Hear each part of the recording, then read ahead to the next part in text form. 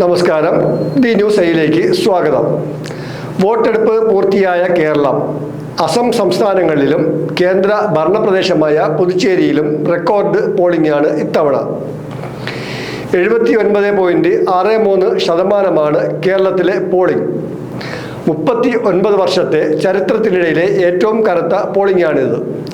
1987 രേഖപ്പെടുത്തിയ 80.54% കേരളത്തിൻ്റെ ചരിത്രത്തിലെ ഏറ്റവും വലിയ പോളിംഗ്.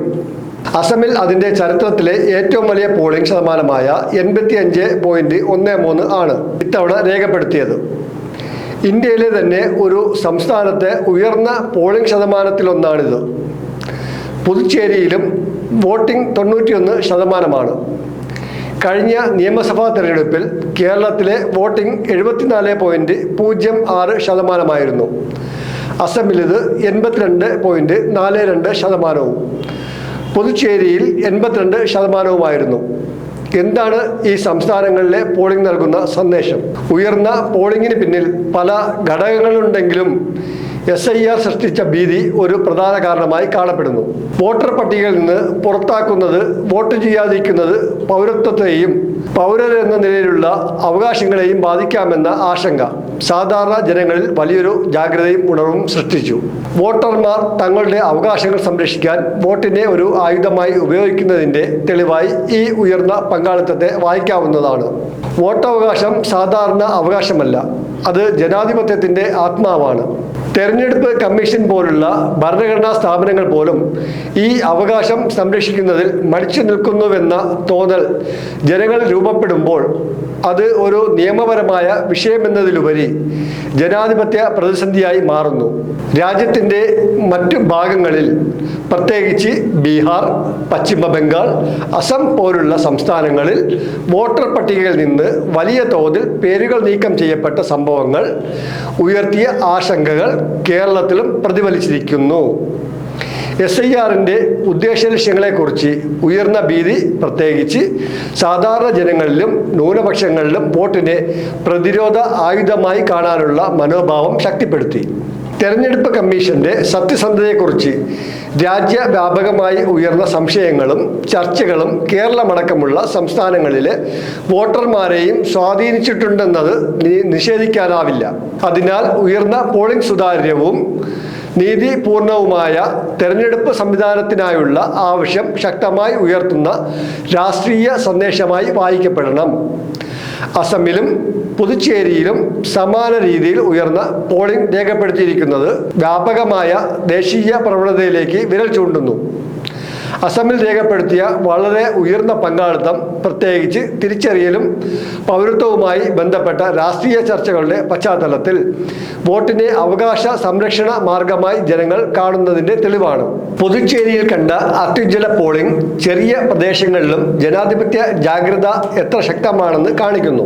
തെരഞ്ഞെടുപ്പ് കമ്മീഷൻ SIR പ്രക്രിയകളിൽ ഏർപ്പെടുത്തിയ സുതാര്യതക്കുറവും കൃത്യതയില്ലാത്ത പരിശോധനകളും സാധാരണ പൗരരെ തന്നെ സംശയത്തിൻ്റെ നിഴലിലാക്കി നിർത്തുന്ന സാഹചര്യം സൃഷ്ടിച്ചു. ഇതിലൂടെ പൗരാവകാശങ്ങളും ഭരണപ്രക്രിയകളും തമ്മിലുള്ള തുലാസു തന്നെ തെറ്റിപ്പോകുന്ന അവസ്ഥയിലേക്കാണ് കാര്യങ്ങൾ നീങ്ങുന്നത്. അസമിലടക്കം BJP അതിനെ മതപരമായ ധ്രുവീകരണത്തിനുള്ള ഉപകരണമായി മാറ്റാൻ ശ്രമിച്ചു. അതിനാൽ വോട്ടർ പട്ടികയും പൗരത്വവുമായി ബന്ധപ്പെട്ട ഒരു ഭരണ പ്രശ്നം ഇന്ന് തുറന്ന രാഷ്ട്രീയ സംഘർഷത്തിൻ്റെ കേന്ദ്രമായി മാറിയിരിക്കുകയാണ്. SIR പോലുള്ള നടപടികളിലൂടെ സൃഷ്ടിച്ച ഭീതി ജനങ്ങളെ പോളിംഗ് ബൂത്തിലേക്ക് എത്തിച്ചതെന്നത് ജനാധിപത്യത്തിന് അഭിമാനകരമായ കാര്യമല്ല, മറിച്ച് ഒരു മുന്നറിയിപ്പാണ്. ഇത് ആരോഗ്യകരമായ തെരഞ്ഞെടുപ്പ് സംവിധാനത്തിൻ്റെ ലക്ഷണമല്ല. ഭീതിയിലൂടെ സൃഷ്ടിച്ച പങ്കാളിത്തം സ്ഥിരതയുള്ള ജനാധിപത്യ സംസ്കാരത്തിന് അടിത്തറയാകില്ല. രണ്ടാമതായി, ഇത് രാഷ്ട്രീയ പാർട്ടികൾക്ക് മാത്രമല്ല, ഭരണകൂടത്തിനും സമൂഹത്തിനുമുള്ള വ്യക്തമായ മുന്നറിയിപ്പും കൂടിയാണ്. ജനങ്ങൾ ഇനി മൗനമായി എല്ലാം കണ്ടു നിൽക്കുന്നവരല്ല, അവർ വിധി നിർണ്ണയിക്കാൻ തയ്യാറായ സജീവ പൗരരാണെന്ന സന്ദേശമാണത്.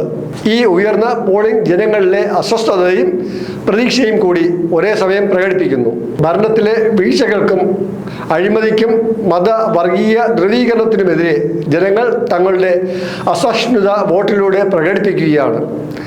അതേസമയം മികച്ച ഭരണത്തിനും ഉത്തരവാദിത്തത്തിനും വേണ്ടിയുള്ള ആഗ്രഹവും ഇതിൽ അടങ്ങിയിരിക്കുന്നു. വോട്ടിംഗ് ശതമാനം ഉയരുന്നത് രാഷ്ട്രീയത്തിൻ്റെ ഗുണനിലവാരം മെച്ചപ്പെടണമെന്ന് ജനങ്ങൾ ശക്തമായി ആവശ്യപ്പെടുന്നതിൻ്റെ തെളിവാണ്. ഇത് രാഷ്ട്രീയ പാർട്ടികൾക്കുള്ള കഠിന സന്ദേശമാണ്. ജനങ്ങളെ അവഗണിച്ച് തെറ്റായ പ്രചരണങ്ങളിലൂടെയോ വിഭജന രാഷ്ട്രീയത്തിലൂടെയോ ഇനി അധികാരം നിലനിർത്താനാകില്ല. വോട്ടർമാർ കൂടുതൽ ജാഗ്രതയോടെയും വിവേചന ബുദ്ധിയോടെയും മുന്നോട്ട് വരുമ്പോൾ സുതാര്യതയും വിശ്വാസ്യതയും ഇല്ലാത്തവർക്ക് രാഷ്ട്രീയത്തിൽ നിലനിൽക്കുക ദുഷ്കരമാണ്.